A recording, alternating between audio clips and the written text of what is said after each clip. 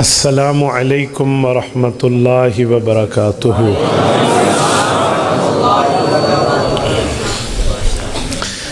الحمد للہ وحدہ والصلاة والسلام علی من لا نبی بعدہ، اما بعد فاعوذ باللہ من الشیطان الرجیم، بسم اللہ الرحمن الرحیم۔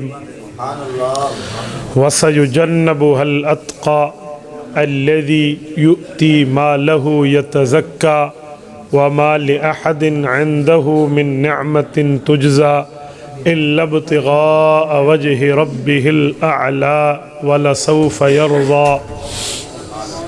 عن المؤمنين عائشة الصديقة رضي الله تعالى عنها قالت قال رسول الله صلى الله عليه وسلم لو كنت متخذا خليلا لاتخذت أبا بكر خليلا۔ رواه الإمام الهمام البخاري في صحيحه۔ صدق الله العظيم وبلغنا رسوله النبي الأمي الكريم، ونحن على ذلك لمن الشاهدين والشاكرين، والحمد لله رب العالمين۔ معزز دوستو،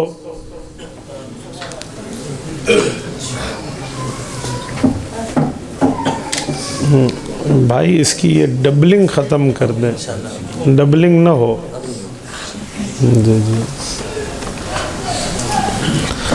ڈبلنگ ہو نا تو پھر مولوی اور اسپیکر آپس میں لڑتے رہتے ہیں، عوام دے پلے کچھ نہیں پہنچا۔ بالکل سنگل آواز رکھے۔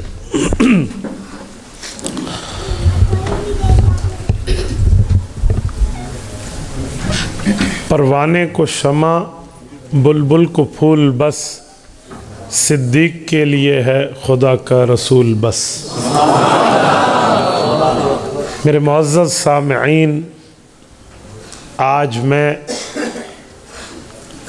امیر شریعت سید عطا اللہ شاہ بخاری، اللہ اس کی قبر پہ کروڑوں اربوں رحمت نازل فرمائے، ان کے شہر ملتان میں ہوں، اور ملتان شہر کی نسبت تو ہزاروں سال کی پرانی نسبت ہے۔ اگر لاہور پاکستان کا دل ہے تو ملتان بھی دل سے کم نہیں ہے۔ اگر لاہور کو زندہ دلان کہتے ہیں تو آپ بھی زندہ دلی سے میری گفتگو انشاءاللہ سنیں گے۔ میرے دوستو، میرا عنوان ہے افضل البشر بعد الانبیاء، حضرت سیدنا ابو بکر صدیق رضی اللہ عنہ۔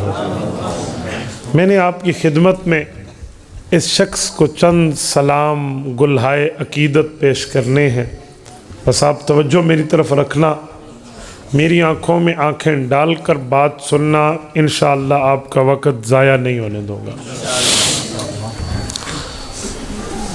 اللہ پاک نے جب اس کائنات کو بنایا ہے تو اس کائنات کو بچے رہنے کے لیے انبیاء کرام کا سلسلہ چلایا ہے، تاکہ انبیاء اللہ کے نمائندہ بن کے اس کائنات کی مخلوق کو خالق کا پیغام پہنچاتے رہیں۔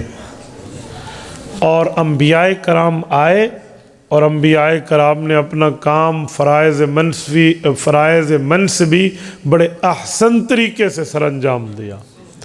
انبیاء کے بعد اس دھرتی پر اگر کسی شخصیت کا مقام اور مرتبہ ہے تو وہ حضرت ابو بکر صدیق کی ذات ہے۔ ابو بکر کا سر اس مبارک ہے کہ ابو بکر کے سر پہ انبیاء کے بعد سرداری کا تاج سجتا ہے۔ ابو بکر کے کندھے اس لائق و فائق ہیں کہ پورے انبیاء کے بعد اس کائنات میں تمام انبیاء کی تمام امتوں کی سرداری کا تاج کے تمغے ابو بکر صدیق کے کندھوں پر سجتے ہیں۔ یہ ابو بکر ہے، اور اس ابو بکر نے حضور سے صرف وفا نہیں کی، وفاؤں کی وہ انتہا کی ہے کہ خود وفا کو بھی ابو بکر کی وفا پہ فخر ہے۔ اس دھرتی پہ آپ کو اس جیسا وفادار نہیں ملے گا۔ یہ طے شدہ بات ہے کہ پیغمبر کریم کو کسی کام کی ضرورت ہو ابھی رسول اللہ کے منہ مبارک سے جاری نہ ہو، شکل کو دیکھ کر پہچان لینا یہ ابو بکر صدیق کا خاصہ ہوتا ہے۔ باقی صحابہ رسول اللہ کے فرمان پہ عمل کرنے والے ہیں کہ فرمایا تو مانا، کہا تو مانا، بولا تو تسلیم کیا، لیکن ابو بکر وہ ہے جو مزاج شناس ہے۔ مزاج شناس کا معنی فیس ریڈر ہے، پیغمبر کے چہرے پر بننے والے تاثرات سے سمجھتا ہے کہ حضور چاہ کیا رہے ہیں۔ یہ وہ شخص ہے۔ میں ابو بکر صدیق کے بارے میں کہاں سے شروع کروں؟ میں ایک بات آپ کی خدمت میں رکھتا ہوں، صدیق اکبر کو گویا بنایا ہی مصطفیٰ کی رفاقت کے لیے گیا تھا۔ دلیل مرقات شرح مشکات اٹھائیے، دوسری جلد کی کتاب المناقب کی تشریح اٹھائیے، ملا علی قاری رحمہ اللہ کتاب المناقب باب مناقب ابی بکر میں ایک حدیث پاک تحریر کرتے ہیں کہ ابو بکر کا بچپنا تھا، ابو نے انگلی پکڑی، بت خانے میں لے گئے، آؤ بت کے سامنے سجدہ کریں، بت کو اپنا معبود مانے، بت پرستی کریں اور بت کو اللہ مان کے اس سے حاجت مانگیں۔ ابو بکر کی فطرت میں بت کے سامنے سجدہ نہیں تھا، یہ بچپنے میں ابو کی انگلی پکڑ کے گئے، باپ عبادت میں لگ گیا، یہ بت سے بات کر رہے ہیں، مجھے بھوک لگی ہے کھانا کھلا دے، جواب کوئی نہیں، پیاس لگی ہے پانی پلا دے، جواب کوئی نہیں، مجھے کائے کپڑے چاہیے، کپڑے پرانے ہیں نئے کپڑے دلا دے، جواب نہ دارد۔ تو ابو بکر کو غصہ آیا، پتھر اٹھایا اور اب بت کو کہا اب اپنی ڈیفنس کرنا، اپنی حفاظت کرنا، اپنا تحفظ کرنا، میں تیرا کام پورا کرنے لگا ہوں۔ پتھر اٹھا کے دے مارا، وہ بت دو ٹکڑے ہوا، اس کی آواز دو ٹکڑے ہونے کی نکلی تو باپ نے عبادت چھوڑی، بچے کو دیکھا، او کیا کر چکا، بچے کو پکڑا، غصہ کرتے ہوئے سخت سست باتیں کرتے ہوئے ان کی ماں کے پاس لایا۔ ابو بکر کے ابو کا نام عثمان ہے اور ان کے دادا کا نام عامر ہے، عثمان بن عامر ابو بکر کے ابو ہیں، کنیت ابو قحافہ ہے۔ یہ اپنی بیوی ابو بکر کی اماں کے پاس لایا جس کا نام سلمہ ہے، کنیت ام الخیر ہے۔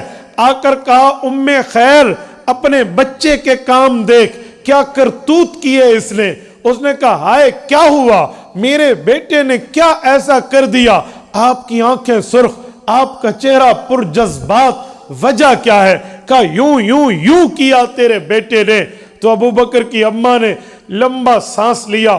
ملا علی قاری کہتے ہیں ان کے والد کو تعجب ہوا، تجھے کوئی سخت بات نہیں لگی؟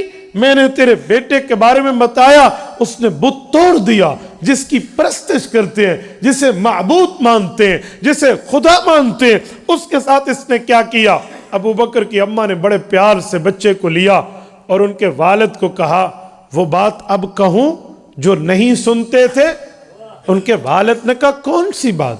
کہ جب یہ پیدا ہوا تھا اور میں نے آپ کو کہا تھا، مجھے کچھ آوازیں آئی تھی، تم نے کہا عورتوں کو آوازوں کے خیالات آتے رہتے ہیں، چھوڑ چھوڑ اس طرح کی باتیں نہ کر، وہ تو سن لیتا، آج یہ میرے اوپر سوال نہ کرتا۔ انہوں نے کہا اب بتا کیا آواز تھی، بات کیا تھی؟ ملا علی قاری نے وہ لفظ لکھے ہیں عزیز کی کتاب میں، ماں نے کہا مجھے پتا ہے اللہ اس سے بڑا کام لے گا، مجھے پتا ہے یہ بہت بڑا ایک کارنامے سر انجام دے گا۔ کہ وجہ کہ جب یہ پیدا ہوا تھا آپ اس شہر میں تھے؟ کہا جی نہیں، میں بزنس پروسیس میں سٹی سے باہر تھا، کاروباری معاملات کے لیے میں یمن تھا۔ کہا واپسی پر خوشی میں شادمانے تو بجائے کہ بچہ پیدا ہوا، میری بات نہ سنی جو پیدائش کے وقت فرشتوں کی آواز میں نے سنی تھی۔ انہوں نے کہا ابو بکر کی ماں بتا کیا سنا؟ کہ جب ابو بکر پیدا ہوئے تھے میں حیران ہوں، میرے کانوں میں فرشتوں کی آوازیں پڑی، یا امت اللہ بالتحقیق ابشری بالولد العتیق اسمہ فی السماء صدیق ولی محمد صلی اللہ علیہ وسلم صاحب و رفیق. میں بار بار سنتی حیران ہو جاتی، بھائی بات کیا ہے، وجہ کیا ہے؟ یہ مجھے کہہ رہے ہیں، میں مخاطب ہوں اس بچے کو، یہ کون ہے؟ اسمہ فی السماء صدیق کیا ہے، بالولد العتیق کیا ہے، لمحمد صاحب و رفیق کیا ہے؟ میں حیران ہوتی، مجھے سمجھ نہ آتی. اب مجھے سمجھ آیا کہ فرشتے مجھے کیا کہہ رہے تھے. ملتان کے دوستوں میں ترجمہ کرنے لگا ہوں. یا امت اللہ بالتحقیق، اوے اللہ کی بندی حقیقت والی بات سن. ابشری بالولد العتیق، یہ کوئی عام بیٹا نہیں ہے، یہ جہنم سے آزاد کردہ ایک شخصیت پیدا ہوئی ہے. اسمہ فی السماء صدیق، اس کا تعارف صرف زمین پہ نہیں ہوگا، اس کا انٹروڈکشن آسمانوں پہ ہوگا. اس کے تذکرے، اس کا تعارف اس کے شادمانے آسمانوں پہ بجیں گے، اور آسمان کے فرشتے اسمہ فی السماء صدیق، اسے صدیق کے نام سے جانیں گے، پہچانیں گے. ولی محمد صلی اللہ علیہ وسلم صاحب و رفیق، جو محمد آئیں گے صلی اللہ علیہ وسلم، جو اس کا دنیا میں ساتھی ہوگا اور ہر موقع پر مددگار ہوگا. ملتان کے غیوروں، یہ اس وقت کی بات ہے جب رسالت مآب علیہ السلام کی پرورش بنو سعد میں اماں حلیمہ کے گھر ہو رہی تھی.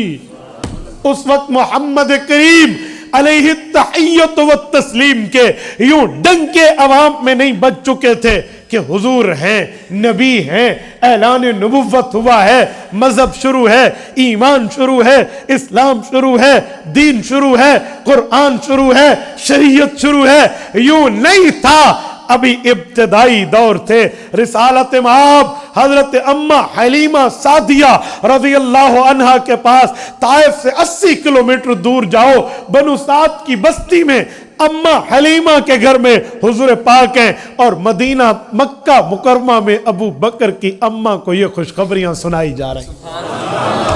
یہ ابو بکر ہے جو پیدا ہی لمحمد صاحب و رفیق، جو حضور کے لیے پیدا ہوا ہے. اور میرے دوستو، اللہ واحد شاہد ہے، میں رب کی عزت پہ بھروسہ رکھ کے کہتا ہوں، ہاں امت میں بڑے بڑے آئے ہوں گے، لیکن ابو بکر کو پیدا پیغمبر کی وفاداری کے لیے کیا گیا. اس بندے نے وہ کارنامہ ہائے سر انجام دیے ہیں. اور جب یہ رسالت مآب کے پاس آئے ہیں، آ کر رسالت مآب سے جو بات کی ہے، اس بات میں اسی مجلس میں ایمان لائے ہیں. رسالت مآب سے پوچھا، مد دلیل علی ما تدعی، نبوت کے دعوے کی بات، کچھ میرے تسلی کے لیے بات ارشاد فرمائیے. حضور نے فرمایا، الخصائص الکبریٰ میں امام سیوطی رحمہ اللہ لکھتے ہیں، الدلیل علی ما ادعی رؤیا کلتی رأیتہ فی الشام. ابو بکر، شام میں تو تھا، رات کو خواب دیکھا، تو نے راہب سے پوچھا، اپنے علاوہ کسی کو نہیں بتایا، لیکن مجھے میرے اللہ نے تیرے رات کا خواب بتایا، وہ سنا دوں، یہ دلیل کافی ہوگی. ابو بکر اس مجلس میں ایمان لائے ہیں. اور یاد رکھو، ابو بکر جب ایمان لایا، وہ مال کھانے کے دن نہیں تھے، وہ اسلام پر مار کھانے کے دن تھے. آج ابو بکر صدیق کو وفاؤں کا انتہا کا درجہ ملا اس لیے ہے کہ یہ مال کو دیکھ کے نہیں، مار کھاتے ہوئے دیکھ کے بھی ایمان نہیں چھوڑتا تھا. پیسہ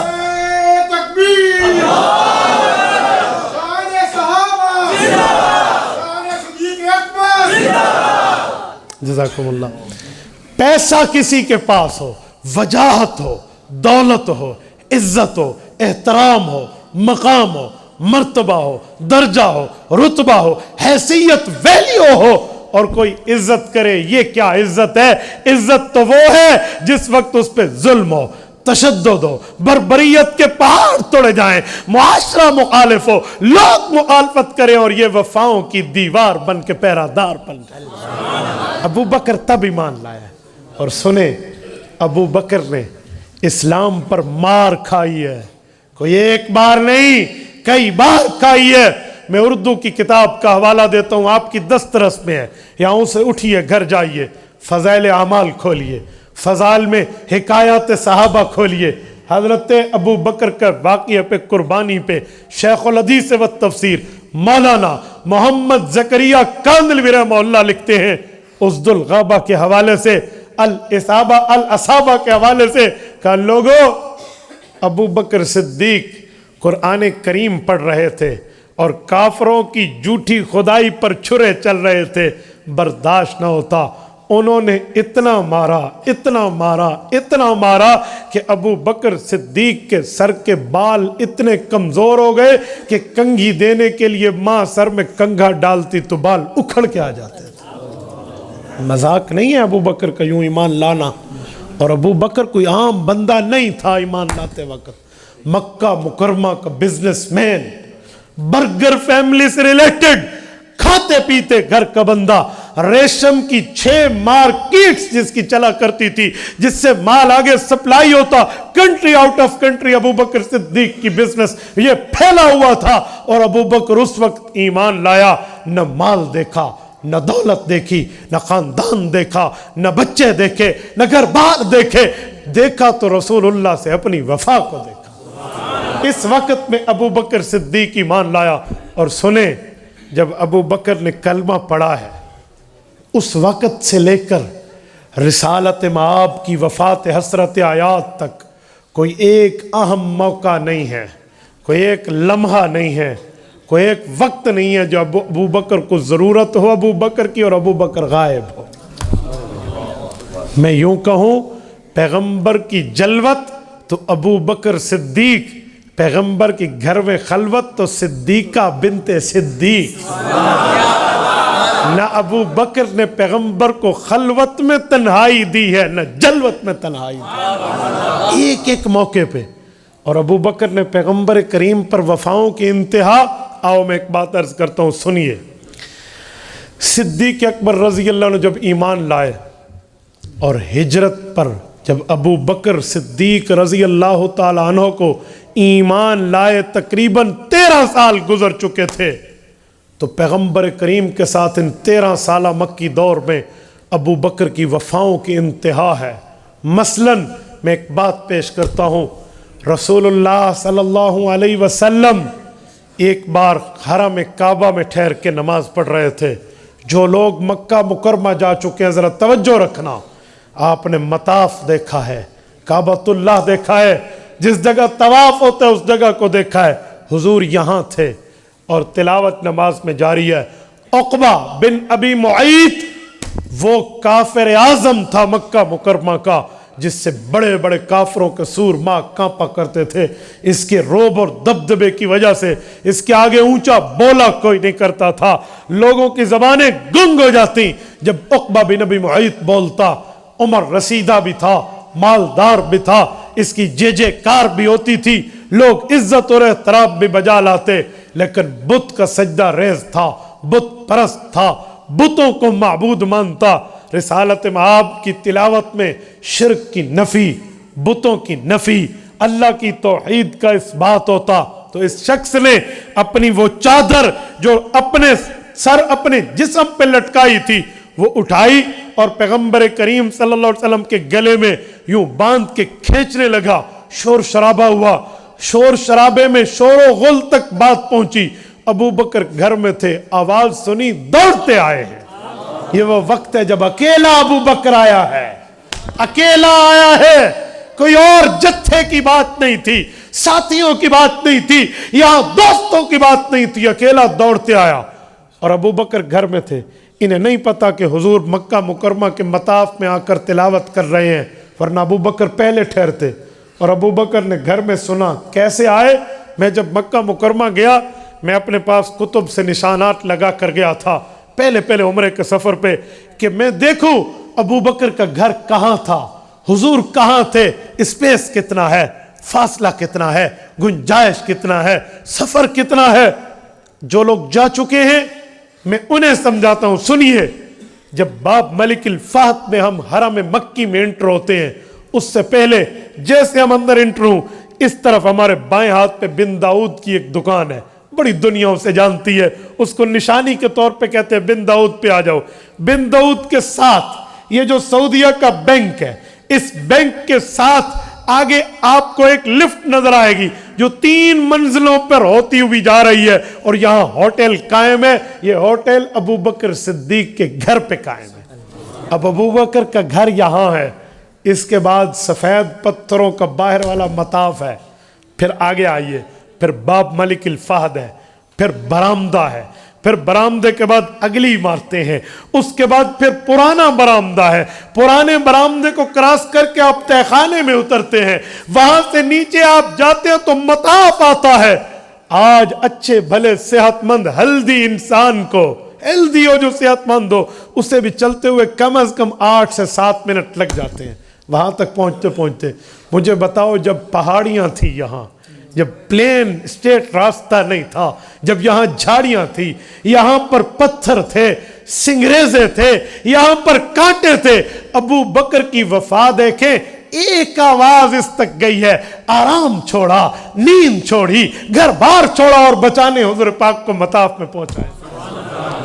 جب ابو بکر آئے، منظر عجیب تھا، پورے مکہ کے اوباش عقبہ بن ابی معیط کے پشت پر ہے، اور اس نے گلے میں رسول اللہ کے پٹکا ڈالا ہوا ہے اور وہ کھینچ رہا ہے، اور رسالت مآب علیہ السلام کو اس نے ہاتھ میں لیا ہوا ہے، اور ادھر رسالت مآب کا حمایتی اس دھرتی پر یہاں کوئی نظر نہیں آ رہا تھا۔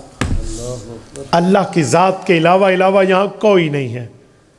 اب کسی میں جرت کہ وہ عقبہ کا ہاتھ پکڑے، جو مکہ مکرمہ کا سب سے بڑا ایک رئیس سمجھا جاتا ہے، جس کے پاس پیسہ بھی ہے اور طاقت بھی ہے۔ ابو بکر صدیق نے بلا خوف تلائم، بغیر کسی ملامت کی پرواہ کیے، یوں شیروں کی طرح پنجہ ڈالا اس کے پٹکے میں، اور اتنی جرت سے کھینچا کہ رسالت مآب کی گردن آزاد ہوئی۔ حضور ایک طرف ہوئے اور ابو بکر صدیق نے اسے یوں دیکھا اور فرمایا اتقتلون رجلا ان یقول ربی اللہ، اور عقبہ تجھے غضب سے ڈر نہیں آتا، اور اپنی طاقت کے بلبوتے پہ اس نہتھے پر ہاتھ اٹھاتا ہے جس نے تیرا کوئی نقصان نہیں کیا، جس نے تیری عزت پر ہاتھ نہیں اٹھایا، جس نے تیرے مال پہ ڈاکہ نہیں ڈالا۔ اس کا اعلان توحیدی اعلان ہے، وہ اللہ کی وحدانیت کی دعوت دیتا ہے، رب کی ربوبیت کی طرف بلاتا ہے۔ ان یقول ربی اللہ، ان کی بات یہ ہے کہ میرا رب اللہ ہے، تو اس سے لڑتا ہے؟ یوں جرت سے بات کرنا یہ صدیقی خاصہ تھا۔ وہ سٹھیا گیا، میرے سامنے کون آیا، یہ نوجوان کہاں سے، کیسے درمیان میں آ ٹپکا، کیسے بولا؟ اس نے ادھر دیکھا، لوگوں نے کہا بنی تمیم کا ایک نوجوان ہے۔ بس وہ وقت تھا لوگوں نے حضور کو چھوڑ کے عقبہ کے کہنے پہ ابو بکر صدیق پر ٹوٹ پڑے۔ صدیق اکبر کو اتنا مارا کہ بے ہوشی میں اٹھا کر گھر لایا گیا۔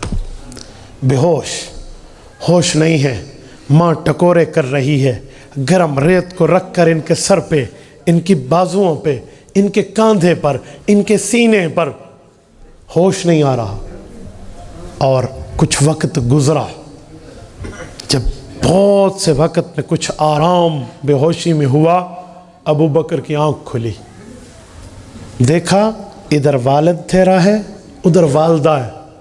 اس وقت یہ دونوں، ان کے ماں باپ ایمان نہیں لائے تھے، اور ماں کے ہاتھ میں یہ دودھ کا پیالہ ہے اور گرم کیے ہوئے ہے۔ وہ زمانہ سوئی گیس کا نہیں ہے کہ ٹھنڈا ہو جائے تو اوون میں رکھ کے پھر گرم کر لو، وہ یہ زمانہ نہیں ہے۔ وہاں آگ چکماک سے جلانی پڑتی تھی، وہ اس وقت ماچس نہیں ہوتی تھی۔ ایک دودھ کا پیالہ گرم کرنا بڑا تگ و دو کا کام ہوا کرتا تھا۔ ماں نے کہا بیٹا دودھ پی لے۔ ادھر باپ کو دیکھا، ابو بکر کے ہوش ٹھکانے، تو ماں سے کہا حضور پاک کیسے ہیں؟ آپ اٹھائیے شیخ زکریا کو، حیران ہو جاتا ہے بندہ، صدیقی وفا پر خدا کی قسم دل بھر آتا ہے کہ یار اس کی محبت دیکھو۔ کہ حضور پاک کیسے ہیں؟ میں پوچھ سکتا ہوں اس موقع پہ تو بڑے بڑے کی زبان سے یہ لفظ اتر آئے گا کہ جس کی وجہ سے تیری یہ حالت ہوئی، اب تو اس کے بارے میں پوچھ رہا ہے؟ مجال کہ ابو بکر صدیق کے سامنے کسی نے کچھ کہا۔ ماں نے کہا بیٹا ان کا تو مجھے نہیں پتا، لیکن تیری حالت یوں تھی، دودھ پی لے۔ کہ اماں پہلے مجھے بتاؤ گے میرے پاک پیغمبر کا کیا بنا، پھر دودھ پیوں گا۔ ماں نے جب اصرار کیا تو ابو بکر نے قسم اٹھائی، کہا دودھ حرام ہے آپ کے بیٹے پہ جب تک حضور کی خیر نہیں معلوم کرے گا۔ ماں نے دودھ کا پیالہ رکھ لیا، مزاج جانتی تھی ابو بکر کا، کہا اچھا بیٹا میں پتہ کرتی ہوں۔ محلے کی ایک وہ خاتون جو مسلمان ہو چکی ہے اس سے جا کر پتہ کیا، اس نے کہا چلو مجھے اپنے بیٹے کے پاس لے جاؤ۔ وہ آئی، ابو بکر اسے بھی جانتے ہیں یہ حضور کی رازدار ہے، اور وہ بھی ابو بکر کو جانتی ہے کہ یہ حضور کا وفادار ہے۔ اس نے آنکھوں میں کہا، بتانا نہیں چاہتی تھی کہ تیری ماں ٹھہری ہے، حضور کا راز فاش ہو جائے گا کہ حضور اس وقت کہاں ہیں۔ ابو بکر نے کہا کوئی مسئلہ نہیں ہے، آپ میری ماں کا فکر نہ کریے، بتائیے حضور کہاں ہے۔ کہ میں آگے آگے چلتی ہوں، آپ پیچھے پیچھے آنا۔ حضور پاک جہاں تھے یہ ان کی ماں کو اور ابو بکر کو وہاں تک لے گئی۔ لڑکھڑاتے ابو بکر کا سفر ہے، جس کمرے میں حضور پاک آرام فرماتے وہ وہاں لے گئی۔ دروازہ کھلا، رسالت مآب صحیح سلامت تھے۔ آپ علیہ السلام نے کھڑے ہو کر ابو بکر کا استقبال فرمایا، اور جب رسول اللہ کو صحیح دیکھا اور ابو بکر بیٹھے، کہ کیا حال ہے؟ کہ یا رسول اللہ جو کچھ غم تھا آپ کا ہنستا مسکراتا چہرہ دیکھنے سے جاتا رہا، کچھ بھی نہیں ہے۔ ماں نے کہا بیٹا آپ کو دودھ پی لے۔ کہا اماں میں نے وہ حسن کا شربت دیدار پیا ہے، اب مجھے کسی اور چیز پینے کی حاجت نہیں ہے۔ یہ موقع ہے جب ان کی والدہ کہتی ہیں میرے ذہن میں وہ فرشتوں کی آوازیں بھی تھیں، ابو بکر بچے کا بچپنا بھی تھا میرے سامنے، میری گود میں پل کے جواں ہوا ہے، میرا یہ لخت جگر میں اس کو جانتی تھی۔ آج اس کی محبت اتنی مار کھانے کے باوجود میں نے اس نبی سے دیکھی تو نام بھی اس کا محمد، وہ مجھے لفظ یاد آیا، ولی محمد صاحب و رفیق۔ اس کی پیدائش کے وقت فرشتوں نے کہا تھا یا امت اللہ بالتحقیق، اے اللہ کی بندی ابشری بالولد العتیق، وہ بیٹا تجھے ملا ہے جو جہنم سے آزاد ہے، اسمہ فی السماء صدیق، آسمان میں اس کا نام صدیق، ولی محمد صاحب و رفیق، حضور پاک علیہ السلام کا ساتھی اور دوست ہے۔ یکایک یہی بات آئی، اب ماں کی آنکھوں میں آنسو بھر آئے۔ ابو بکر نے پوچھا اماں کیا ہوا؟ کہ اس نبی سے کہہ کر مجھے بھی اس کی دین میں داخل کرا لیجیے۔ اس موقع پر والدہ ایمان لائی ہے، حضرت سلمہ ام الخیر، حضرت ابو بکر کی اماں صحابیہ رسول ہے، ابو بکر صدیق کی اماں، اور حضور پاک سے کیا رشتہ ہے؟ حضور پاک کی گھر والی کی دادی بنتی ہیں ابو بکر کی ماں، حضرت عائشہ کی دادی، یعنی پیغمبر کریم صلی اللہ علیہ وسلم سے کتنا محبت کا معاملہ۔ میرے دوستو یہ ابو بکر ہے جس کی وفاؤں پر لوگوں نے کلمہ پڑھ لیا۔ اور میں ایک بات مزید کہوں، ابو بکر کے والد بھی ابو بکر کی جرت کو دیکھ کر مسلمان ہوئے تھے۔ جب ابو بکر صدیق نے دیکھا حضور پاک پر ایمان لانے والی نہدیہ غریب عورت، زنیرہ غریب، بلال غریب، حارث غریب، حضور پاک پر ایمان لانے والے ان غرباء کو ان کے آقاؤں نے غلام بنا کر ظلم اس لیے کیا، مارا اس لیے، تشدد کی بھٹی میں اس لیے ڈالا کہ یہ حضور کے وفادار۔ تو ابو بکر نے گھر سے پیسہ اٹھایا اور دل ہی دل میں کہا ابو بکر کیا کرے گا اس پیسے کا جو تو اپنے نبی کو اس سے سکون بھی نہ دے سکے۔ یہ پیسہ اٹھایا اور ان کفار کے دروازوں پہ گئے، بتا اس غلام کو آزاد کرنے کی کیا قیمت لے گا؟ اب منہ مانگی قیمتیں مانگتے گئے، وہ ابو بکر لٹاتا گیا، ایک ایک غریب کو رہا کر کے حضور کے قدموں پہ نچھاور کر دیا۔ جب باپ کو پتہ چلا کہ اس نے غلام خرید کے آزاد کیے ہیں تو باپ نے پوچھا وہ کون ہے؟ کہا فلاں فلاں، نادیہ ہے، بلال ہے، زنیرہ، غریب لوگوں کی بات۔ تو باپ نے آ کر ابو بکر کو کہا کہ ابو بکر پیسہ ضائع کر دیا، کسی امیر، کسی طاقتور، کسی صحت مند اس غلام کو آزاد کرتا جو تیرا بزنس مینی میں ساتھ دیتا، کاروبار میں ساتھ دیتا، کوئی تگڑا ہوتا، کوئی تعلیم یافتہ ہوتا، پیسہ لگتا تو فائدہ ہوتا۔ باپ کی نظر تو دنیا کے فائدے پر تھی، ابو بکر کی نظر تو آج آخرت کی بات کر رہی تھی۔ تو جب باپ نے دو چار جملے اسلام پر کہی اللہ کے بندوں، ملتان کے دوستوں، ابو بکر جیسا نرم اس دھرتی پر کوئی ہو، لیکن ابو بکر اس موقع پر جلالی طبیعت رکھی، اور ابو بکر صدیق نے اسلام کے خلاف بات کرنے پر، حضور کے خلاف بات کرنے پر تھپڑ باپ کے چہرے پر دے مارا۔ باپ خاموش، ہکا بکا اٹھ کے چلا گیا۔ شکایت ابو بکر کے دوستوں کے ذریعے حضور تک بھجوائی کہ آپ کا یہ ساتھی ہے جو باپ پر ہاتھ اٹھاتا ہے، یہ اس کی معاملات ہے۔ حضور پاک تک جب یہ بات آئی، ابو بکر بھی آئے۔ حضور نے پوچھا، ابو بکر کیا کیا، یہ کیا معاملہ؟ شکایتیں مجھ تک آئی۔ ابو بکر نے صفائی نہیں دی، معذرتانہ لہجہ اس موقع پہ اپنے کام پہ اختیار نہیں کیا کہ یا رسول اللہ لو کان السیف منی قریبا لضربت عنقا۔ اس نے آپ کے خلاف بولا، اللہ کے خلاف بولا، مذہب کے خلاف بولا۔ یہ شکر کرے، یہ سب شکر بجا لائے کہ اس کے بیٹے کے ہاتھ نہتے تھے، میں نے تھپڑ مارا۔ ہاں ہاں، میرے پاس تلوار ہوتی تو آج دھڑ جدا ہوتا، سر جدا ہوتا۔ جزاک اللہ، جزاک اللہ، نعرہ جزاک اللہ، نعرہ کا میں قائل ہوں، لیکن آپ بات سنیے۔ ابو بکر صدیق نے منع اس موقع پر جب یوں کیا تو صحابہ سمجھے کہ واقعی ذاتیات کی مسئلہ نہیں تھا، ذاتیات کی بات نہیں تھی، بات کیا اسلام کی تھی۔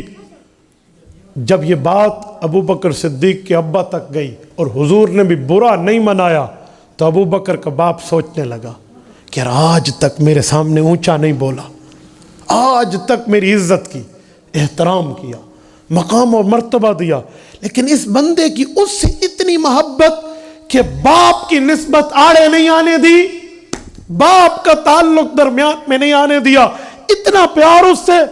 تو اس کے والد بھی آئے اور ابو بکر صدیق کے ابا نے آ کر ابو بکر کو کہا مجھے بھی ان کے ہاتھ پہ کلمہ پڑھا کر اسلام میں داخل کرنا۔ یہ جرت ہے ابو بکر صدیق کی، یہ وفائیں ہیں ابو بکر کی کہ باپ بھی صحابی ہے اور ماں بھی صحابی ہے۔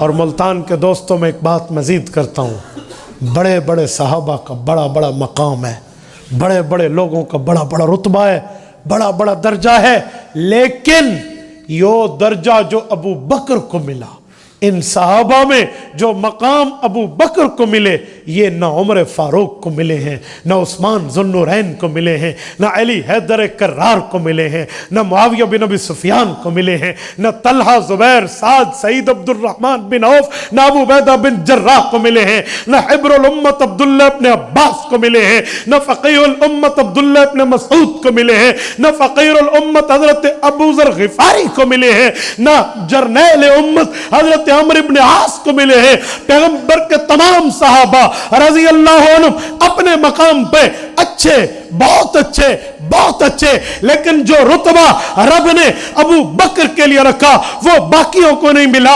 وہ رتبہ کون سا ہے؟ صحابی تو سارے ہیں، وفادار تو سارے ہیں، تابعدار تو سارے ہیں، حبدار تو سارے ہیں، دلدار تو سارے ہیں، رسول اللہ کے ماننے والے تو سب ہیں۔ وہ کون سا ایسا رتبہ جو اس کائنات میں تنہ تنہا ابو بکر کے سر پہ اس کا تاج سجا، اس کے تبغے سجے؟ وہ یہ ہے کہ ابو بکر کی 4 نسلیں پیغمبر کی صحابی بنی، 4 نسلیں، 4 پشتیں، 4 پیڑھیاں یہ ابو بکر کی صحابی بنی ہیں۔ یہ رتبہ بہت کم۔ ابو بکر کا والد و والدہ پیغمبر کے صحابی، ابو بکر صدیق پیغمبر کے صحابی، ابو بکر کی اولاد پیغمبر کی صحابی، ابو بکر کی اولاد پیغمبر کے صحابی۔ ابو بکر کے رتبے حیران ہو جاتا ہے بندہ۔ ابو قحافہ والد صحابی، سلمہ ام الخیر ماں صحابی، ابو بکر خود صحابی، ابو بکر کی ساری اولادیں، بیویاں پیغمبر کی صحابی، مثلا عاتقہ ابو بکر کی بیوی، زینب ابو بکر کی بیوی، ام رومان ابو بکر کی بیوی، ام کلثوم ابو بکر کی بیوی، یہ پیغمبر علیہ السلام کے صحابی کی بیویاں بھی صحابی ہیں۔ ابو بکر کی اولاد پہ آؤ، ام کلثوم بنت ابی بکر، اسما بنت ابی بکر، عبداللہ بن ابی بکر، عبد الرحمن بن ابی بکر، محمد بن ابی بکر، عائشہ بنت ابی بکر، ام کلثوم بنت ابی بکر، ابو بکر کی تمام اولادیں پیغمبر کی صحابی تھے۔ اور ابو بکر صدیق کا بڑا بیٹا عبداللہ کا بیٹا عبیداللہ پیغمبر کا صحابی، اسی طرح ابو بکر صدیق کی بیٹی عائشہ اس کا اسما اس کا بڑا بیٹا عبداللہ بن زبیر پیغمبر کا صحابی، نواسے صحابی، پوتے صحابی، اولاد صحابی، ماں باپ صحابی، خود صحابی، بیویاں صحابی۔ یہ رتبے بہت کم ہے، اور کہتے ہیں یہ رتبہ بلند ملا جس کو بھی مل گیا، ہر مدعی کے واسطے دار و رسن کہاں۔ یہ بڑے کرم کے ہیں فیصلے، یہ بڑے نصیبوں کی بات ہے، یہ ہر کسی کا مقام نہیں ہے۔ آپ دیکھیں کہیں صحابہ میں والد صحابی نہیں تو بیٹا صحابی، اور اگر بیٹا صحابی تو پوتا صحابی نہیں ہے، لیکن ابو بکر کی 4 نسلیں صرف مسلمان نہیں صحابی کی بات کر رہا ہے، یہ ابو بکر ہے۔ اور میرے دوستو، ابو بکر صدیق اس وفاؤں کی انتہا کا نام ہے کہ 6 ریشم کی مارکیٹس کا لفظ میں نے بولا ہے، اس کی تھی، یعنی جہاں سے آگے سپلائی ہوتی تھی، یہ 6 سے 5، 5 سے 4، 4 سے 3، 2، 1 اور حضور پر نچھاور ہوئے ہیں۔ ابو بکر نے کاروبار چھوڑا اور پیغمبر کے وفادار بن گئے، کہا جی میں پیغمبر پر جان، مال اور وقت بھی لوٹاؤں گا۔ اور سنو، دوستیاں بندے کی بڑی ہوتی ہیں، تعلق بندے کے بڑے ہوتے ہیں، محب و محبوب کے تعلقات بندوں کے بہت زیادہ ہوتے ہیں، لیکن بہت کم وہ ساتھی، بہت کم وہ دوست، بہت کم وہ محب و محبوب کا واسطہ ہے جسے سفر میں بھی اپنے ساتھ رکھا جائے، بہت کم ہے، بہت کم ہے۔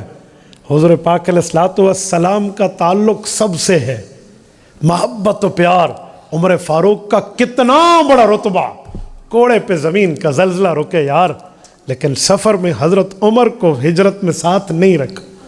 عثمان غنی تستحیی منہ ملائکۃ الرحمن، اللہ کے فرشتے اس سے حیا کرتے ہیں، لیکن حضور نے سفر میں ساتھ نہیں رکھا۔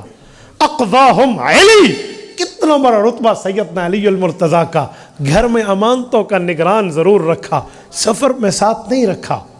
سفر میں اکیلا حضور نے ہجرت میں ابو بکر رکھا ہے۔ وجہ، اور کوئی وجہ تو ہو سکتی ہے نا، کوئی دلداری تو ہو سکتی ہے، یاری و وفاداری تو ہو سکتی ہے کہ ابو بکر کا انتخاب ہے۔ سنو، حضرت علی المرتضیٰ کو جب حضور نے بلا کر بستر پہ سلایا تھا، توجہ کہ علی بستر پہ سو جاؤ، یہ لوگوں کی امانتیں ہیں، انہیں سپرد کر کے میرے پیچھے مدینہ طیبہ چلے آنا۔ تو مجھے بتاؤ، کیا علی المرتضیٰ نے نہیں پوچھا ہوگا کہ یا رسول اللہ، لوگوں کی امانتوں کا نگران تو میں، آپ اللہ کی امانت کس کے حوالے ہو رہے ہیں؟ یار قاتلین دروازے پر ٹھہرے ہیں، بندوں نے گھراؤ کیا ہوا ہے، گھر کو حصار میں لیا ہوا ہے، اور حضور پاک کے قتل کے دعوے ہو رہے ہیں، 100 اونٹ سر کا انعام لگ چکا ہے۔ اس رات بستر پہ حضور کے سونا بڑے دل گردے کی بات ہے۔ حضرت علی سوئے، لیکن ساتھ یہ نہیں پوچھا ہوگا کہ میں لوگوں کی امانتوں کا امانت دار بن رہا ہوں، آپ اللہ کی امانت ہیں، آپ کی نگرانی کون کرے گا؟ اگر اس موقع پر علی نے پوچھا اور حضور نے ابو بکر کا بتایا، اوے اگر ابو بکر کی وفا پہ، ابو بکر کی نگرانی پہ، ابو بکر کے ساتھ دینے پہ، ابو بکر کے رازدار ہونے پہ، ابو بکر کے اخلاص پہ 1% بھی شک ہوتا تو علی المرتضیٰ کہتے اس پر اعتبار نہیں ہے، اور علی نے نہیں روکا، علی نے منع نہیں کیا، اور سادات کا گھرانہ ابو بکر پر اعتماد کرتا ہے۔ حضرت علی ایک موقع پہ تو کہہ دیتے، یا رسول اللہ آپ کے سر پہ انعام لگ چکا ہے، ابو بکر قابل اعتماد نہیں ہے، آپ کیسے جا رہے ہیں؟ مجال جو کہا ہو۔ فرمایا علی میں اللہ کی امانت، میری حفاظت بحکم خدا ابو بکر صدیق کریں گے۔ علی المرتضیٰ مطمئن ہو کر حضور کے بستر پہ سوئے ہیں۔ میں حیران ہوں، خود کو علی المرتضیٰ کے محبت کے دعوے رکھنے والوں کی زبانوں سے